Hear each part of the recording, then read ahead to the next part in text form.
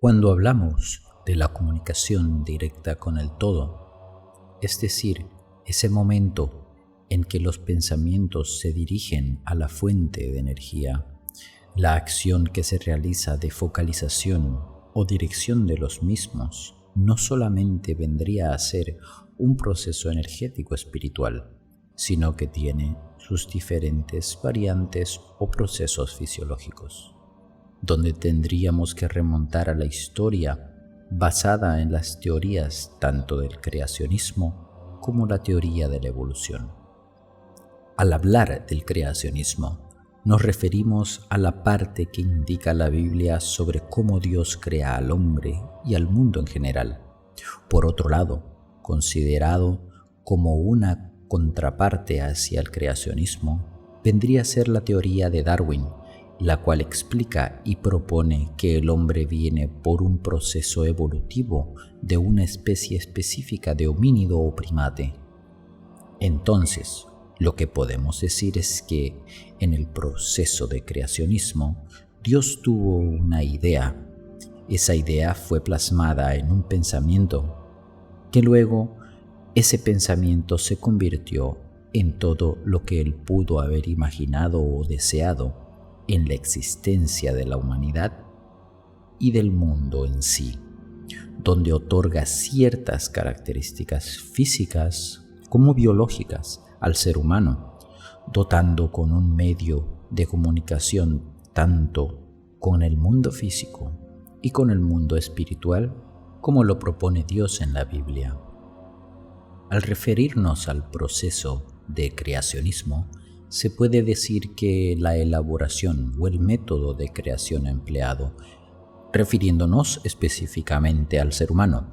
fue tomar barro y convertirlo en una forma humana y luego proporcionarle el soplo de vida, lo cual reacciona en el cuerpo de barro dándole su forma física y una existencia consciente. Ahora cabe recalcar que a nuestro punto de vista y nuestra percepción como energía, podemos aclarar y decir que ni el creacionismo ni el darwinismo están equivocados, sino que son la misma cosa,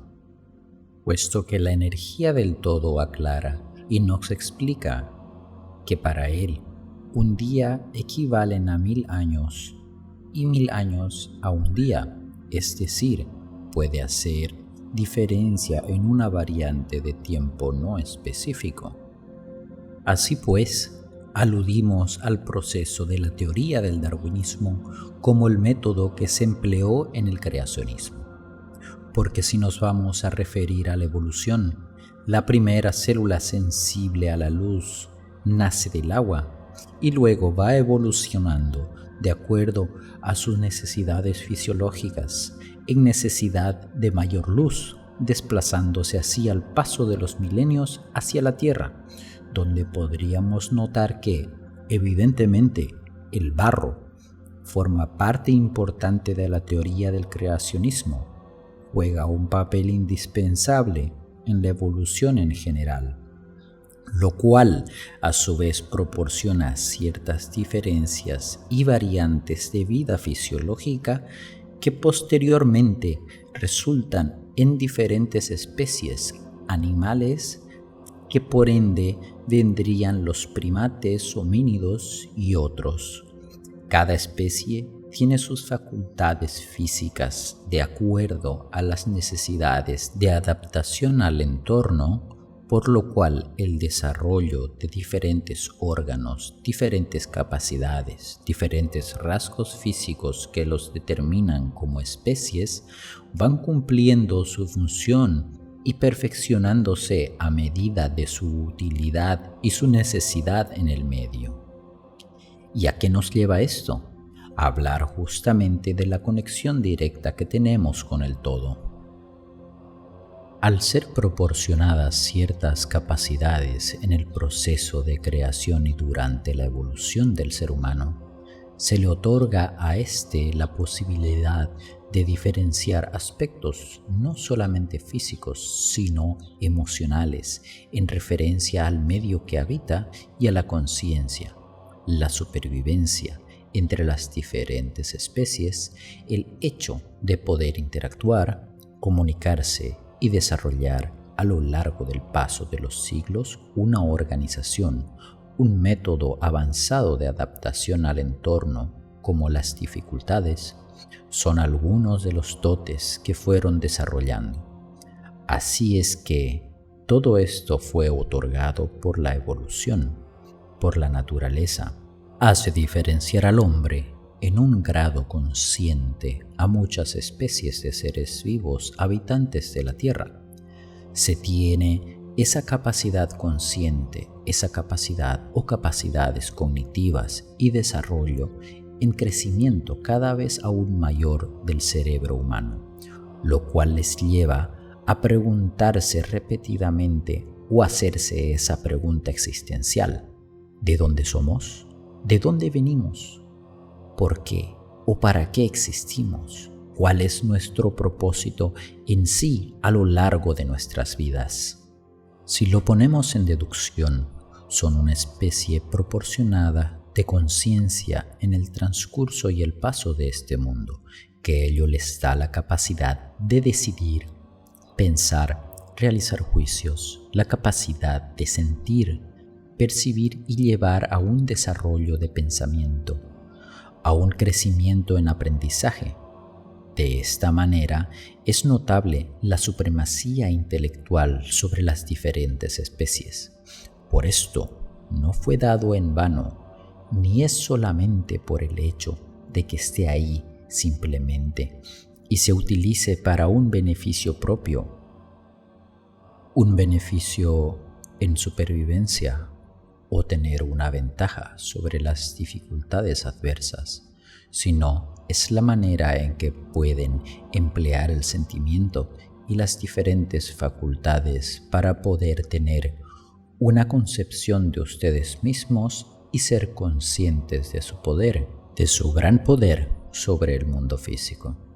Y ahí es donde llegamos a mencionar al órgano más importante del cuerpo humano, que vendría a ser el cerebro. Este órgano está provisto de diferentes funciones, diferentes elementos que proporcionan